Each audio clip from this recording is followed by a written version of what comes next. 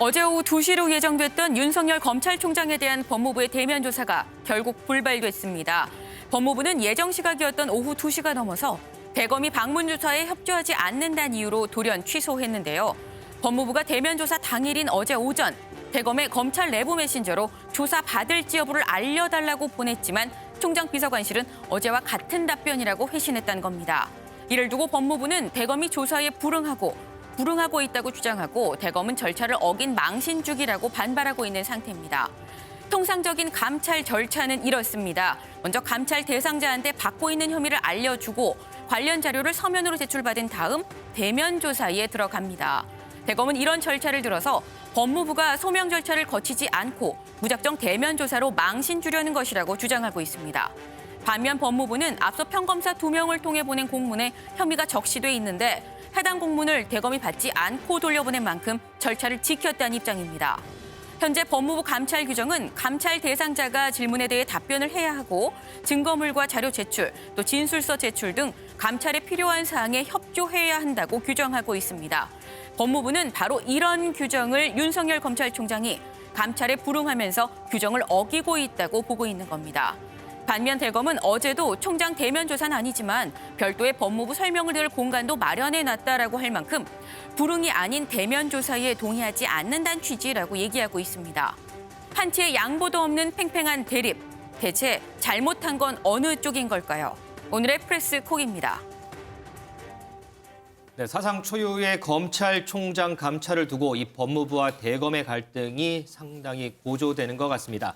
일단 어제 저희가 전해드리긴 했습니다만 어쨌든 법무부는 윤석열 검찰총장 감찰을 위해서 이 대검 방문을 예고했었습니다.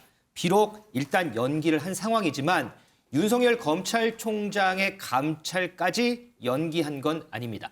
이 부분까지 어제 저희가 전해드린 내용입니다. 자, 먼저 평론부터 짧게 듣고 가겠습니다. 어제 상황까지 두 분은 어떻게 보십니까? 그러니까 이제 그 수사의 총책임자인 검찰총장에 대한 감찰이지 않습니까? 이 뭐 우리가 70년 역사상 있은 일이 없은 일입니다. 그리고 또 이 법무부 규정에 보면 감찰을 일단 일반 평검사가 하더라도 왜 감찰하는지 뚜렷한 어떤 증거와 근거가 있어야 되거든요. 아시겠지만 예를 들어 일반인은 또 형사사건에 걸리면 왜 그 고발이 당했는지 또 왜 수사를 받았는데 대해서 명확히 알고 이제 가지 않습니까? 더군다나 하물며 검찰총장을 감찰하면서 왜 감찰하는지 또 감찰 사전 단계에 있어서 본인의 입장은 뭔지 이런 것들을 다 지금 무시를 하고 검사 평검사들이 쳐들어가서 뭐 이 언제 하겠다라는 통지함과 더불어서 지금 뭐 이 법무부 감찰관도 사실 갔는지조차도 모른다고 하지 않습니까? 그러니까 그렇다 보니 이게 너무나 검찰총장을 좀 망신 주기 위한 게 아닌가 그런 측면을 본다라면 물론 뭐 감찰 건수가 있다면 해야지겠죠. 문제는 근데 과연 감찰을 할 수 있는 그 내용이 뭔지 그게 정말 결정적으로 문제가 되는 것인지 그런 것부터 먼저 예를 들어서 충분히 설명을 하고 좀 법과 원칙에 따라서 하는 것들이 타당하지 않겠는가 생각이 듭니다. 자, 우리 또 이종훈 평론가님은 네, 근데 어제 그 법무부에서 이제 감찰 조사를 한 게 아니죠. 감찰 조사를 나간 게 아니라 감찰 관련해서 조사 관련해서 이제 협의를 하러 간 거죠. 협의를 하러 갔는데 이제 검찰 쪽에서 대검에서 평검사가 왔다. 모욕적이다. 격이 안 맞다. 예의가 아니다. 이렇게 얘기를 했죠. 저는 이 상황을 보면서 협의를 하러 갔는데 평검사가 왔다. 예의가 아니다. 이 말은 속내는 사실 어떻게 보면 검찰총장에 대한 망신주기 그리고 검찰총장을 핍박하고 있다. 이런 뉘앙스로 들리거든요. 근데 이런 부분을 볼 때 저는 오히려 지금 윤석열 검찰총장이 이 감찰 협의를 감찰 조사처럼 마치 포장해서 정치를 하고 있는 게 아닌가. 내가 한마디로 지금 추미애 장관을 비롯해서 살아있는 권력으로부터 굉장히 핍박을 받고 있다. 나는 끝까지 저항하고 있다. 이런 뉘앙스를 지금 풍기면서 정치를 하고 있는 게 아닌가 이런 생각도 좀 들었습니다. 근데 가장 중요한 거는 사실 이런 모습을 보기 좀 안타깝습니다. 코로나19 확진자가 급증하고 있고 우리 사회가 지금 또 거리두기 단계가 격상될지 몰라서 정말 피로하고 굉장히 힘들거든요. 근데 이런 추윤 갈등을 계속해서 봐야 된다는 건 지금 타이밍에선 저는 뭐랄까요 좀 더 숙고하고 이루어졌으면 어땠을까 하는 생각이 듭니다. 자, 이런 상황에서 법무부는 윤 총장에 대해서 조사에 협조하지 않는다. 이걸 계속해서 강조하고 있습니다. 관련해서 김종민 더불어민주당 최고위원 발언 먼저 듣겠습니다. 지금 윤석열 총장의 이 지금 이게 특권인데요. 반칙이거든요. 이런 반칙을 좀 저는 뒷받침하고 있는 그런 요인이 아닌가 하는 생각이 계속 드는데 사실관계가 예. 이 평검사 2명이 가서 대면 감찰을 하러 간 게 아니에요. 협의를 하는데 대검이 응하지 않으니까 공문서를 가지고 일정을 협의하러 간 겁니다. 그 일정 협의를 평검사가 하던 검사장이 하던 아니면 법무부 직원이 하던 이게 의전이 그게 중요한 게 아니거든요. 그리고 이건 의전 따지는 거는 이거 특권의식입니다. 이게 아니 법에 있는 거면 해야 됩니다. 그거는 뭐 지금은 예단할 수는 없고요. 내용이 중요한 거죠, 내용이. 그래서 지금 이제 윤석열 총장이 공권력 집행의 최고 책임자거든요, 지금. 그런데 만약에 이걸 내가 부당하다고 생각하면 나는 안 받겠다? 이게 한동훈 검사장도 마찬가지였거든요. 감찰한다고 그랬는데 감찰이 시도가 안 됐어요. 자, 이런 상황에서 추미애 장관은 이 대면 조사 거부라는 이유를 들어서 윤석열 총장에게 직무 배제라는 징계 카드를 꺼낼 수도 있다. 이런 예상이 많이 나오고 있습니다. 김은미 기자. 네. 자, 이런 예상에 대한 실행 가능성 그리고 이에 따른 윤석열 총장의 대응 카드 설명 가능할까요? 네, 일단 감찰을 한다는 거는 뭘 잘못했는지 본다는 거죠. 근데 뭘 잘못했는지 일단 봤는데 무혐의다, 아무것도 없다라고 하면 감찰로 끝나겠지만 통상적으로 감찰에서 어떤 잘못이 발견이 됐을 땐 당연히 그 다음 수순은 징계위입니다. 어떤 이 잘못에 대해서 어느 정도의 처벌을 받을지가 결정이 돼야 되는 건데 네. 현재 법에 따르면 이래요. 그러니까 처음에 감찰을 하고 감찰위의 자문을 거쳐서 그리고 징계위원회를 열게끔 되어 있긴 합니다. 근데 최근에 저희가 한번 말씀을 드렸지만 이 감찰위원회에 자문을 받는 거는 받을 수도 있고 안 받을 수도 있고 약간 조항을 좀 변경을 했죠. 네. 때문에 바로 징계위로 열릴 수가 있는데 그렇다면 이 징계위가 열리는 데 있어서 어떻게 되는 건지 제가 한번 궁금해서 검사 징계법을 한번 찾아봤습니다. 근데 일단 통상적인 검사의 경우에 대해서는 검사가 잘못을 하면 검찰총장이 징계위에 이제 청구를 하게 되는데 네. 검찰총장이 만약에 잘못했다라고 보는 이번과 같은 사례에서는 법무부 장관이 이거를 청구를 하게끔 되어 있어요. 그럼 징계위가 어떻게 구성이 되느냐를 봤는데 위원장이 법무부 장관입니다.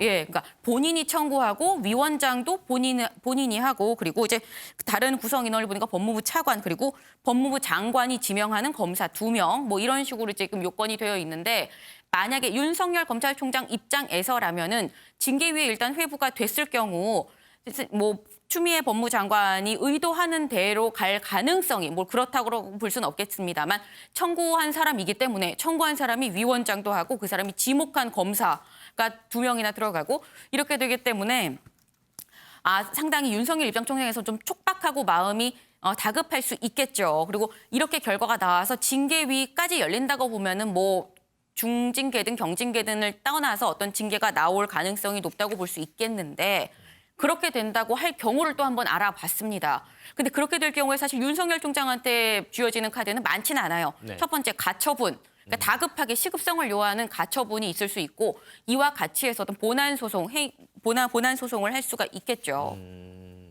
어쨌든 이 추미애 장관이 이 초강수를 둔다고 하면 어쨌든 윤석열 총장 입장에서는 소송으로 갈 수밖에 없다는 그런 입장이군요. 네네.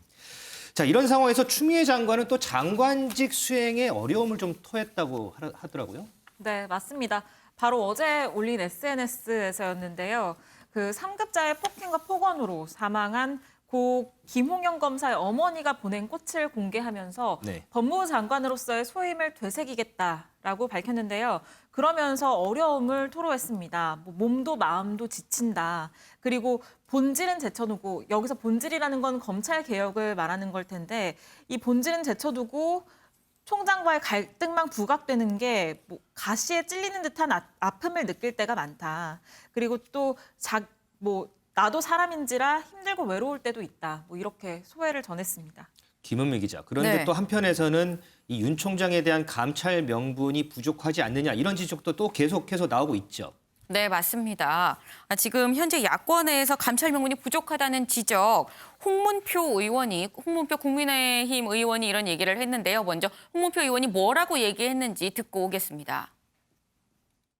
장모 그 부인 얘기를 하는데 그건 수사를 해서 결과가 나오면은 거기에 가령 윤 총장이 연루가 됐다든지 했을 때 그때 감찰이 들어가든지 무슨 수사를 들어가는 건데 지금 따로따로 장모하고 부인은 지금 수사가 진행되는 걸로 알고 있는데 무슨 이유로다가 그 이유로 해서 감찰을 하느냐 하는 것이고 지금 추 장관이 참 저속한 표현으로 이 감찰이라는 이 소위 권위적인 권능을 흔히 이야기하는 조자룡 헌칼 쓰듯 지금 마구 휘두르고 있는데 그 칼을 써서 뭐 결과가 나온 게 있어야죠.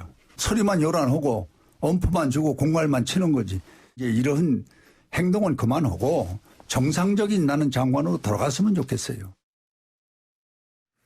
네, 지금 영상 보셨는데요. 홍문표 의원 요지는 이런 겁니다. 지금 현재 관련한 수사, 처하고 장모와 관련한 수사가 진행이 되고 있는 만큼 수사 결과가 나왔을 때 그 결과를 갖고 감찰에 들어가도 상관이 무관한데 왜 미리부터 감찰까지 같이 병행해서 들어가느냐. 이건 오히려 추 장관이 권력을 남용하는 거 아니냐라는 취지의 지적이었습니다. 자, 어제 이후 나온 얘기들 우리 김은미, 윤지연 기자의 설명 들으셨습니다. 자, 두 분 평론가님. 네. 직무 배제라는 카드, 반대로 감찰 명분 부족이라는 지적. 이 부분에 대해서는 어떻게 보시나요? 저는 아마 뭐 추미애 장관이 참 외롭고 힘들다 이야기하는데 참 국민의 한 사람은 저도 외롭고 힘듭니다. 이 모습을 지켜보는 것 자체가 사실 참 저는 추미애 장관이 본인이 왜 이런 어떤 면에서 보면 힘들게 하는 것인지 좀 그걸 되돌아봤으면 좋겠어요. 자, 생각해 보십시오. 우리가 70년 역사에 이 법무장관의 수사 직권이 딱 한 번 발동이 됐습니다. 근데 본인이 지금 3번이나 발동을 했거든요. 또 그리고 뭐 소설 쓰시네 등등 본인의 거친 입, 이거는 뭐 여당에서 나온 비판입니다. 입 때문에 사실은 총리도 여당 대표도 이 부분을 지적했지 않습니까? 근데 자기네 잘못을 하나도 인정하지 않으면서 자기가 검찰 개혁을 하고 있는데 이것 때문에 본인이 힘들다라고 이야기하니까 참 저는 이해하기가 힘들고요. 더군다나 지금 이제 하는 모습을 보면 우리가 모든 사건도 그렇지만 자신에 관련된 걸 할 때 뭔가 합당한 근거, 누가 봐도 저 사람 좀 잘못하고 있구나라는 걸 뭔가 증거와 근거로 이야기를 해야 되지 않습니까? 더군다나 법무부 장관입니다.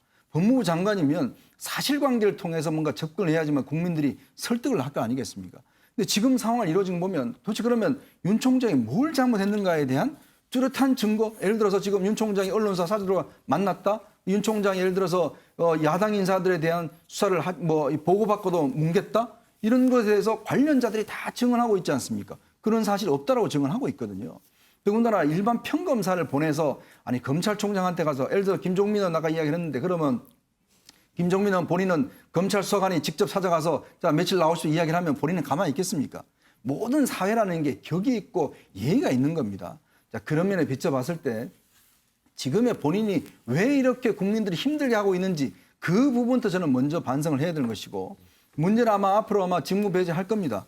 이 절차에 따라서 모든 것들이 이렇게 공수처가 이제 발동되기 전에는 아마 할 것 같은데 글쎄요. 과연 이게 국민들 눈에는 합당할 것인지 아마 국민들이 판단하실 것 같습니다.